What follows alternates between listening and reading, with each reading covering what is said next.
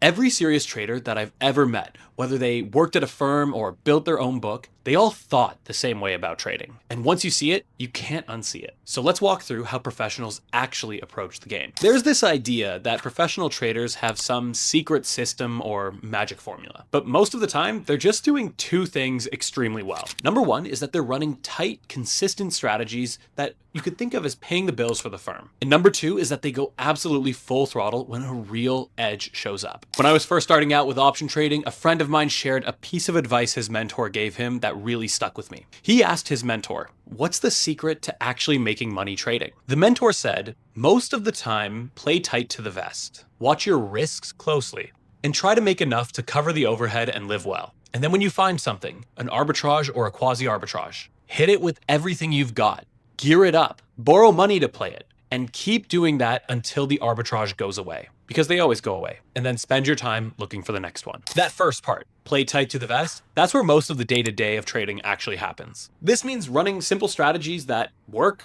don't take all day, and pay the bills. They're not flashy, they're not some TikTok trade idea. It's usually stuff you could read simply in academic research. Ideas such as monetizing the variance risk premium through ETFs. It gives you clean exposure to a risk premium, and it's the bedrock of any real trading business. But when the big ones show up, the thing that nobody else sees, that is when professionals change gears. They scale and leverage it up, dive deep into the research, and hit the edge with full size. Because these trades are hard to find and they don't show up often. And when they do show up, they never last. But those are the differences between a good year and a career-making year. And yes, of course, these are also the types of trades that you don't post about on Reddit, which is why you rarely see people talking about opportunities like this. There's usually limited capacity, and the person who discovers these types of trades wants to capture the whole edge for themselves. But if you do happen to find something like this, please send me a DM. I promise not to post it. So what are these magical trades that people spend their time hunting for? Well, you've probably heard the word arbitrage tossed around, and here's what it actually means. An arbitrage is when you're exploiting prices across different markets to extract a risk-free return. Very hard to find, very infrequent,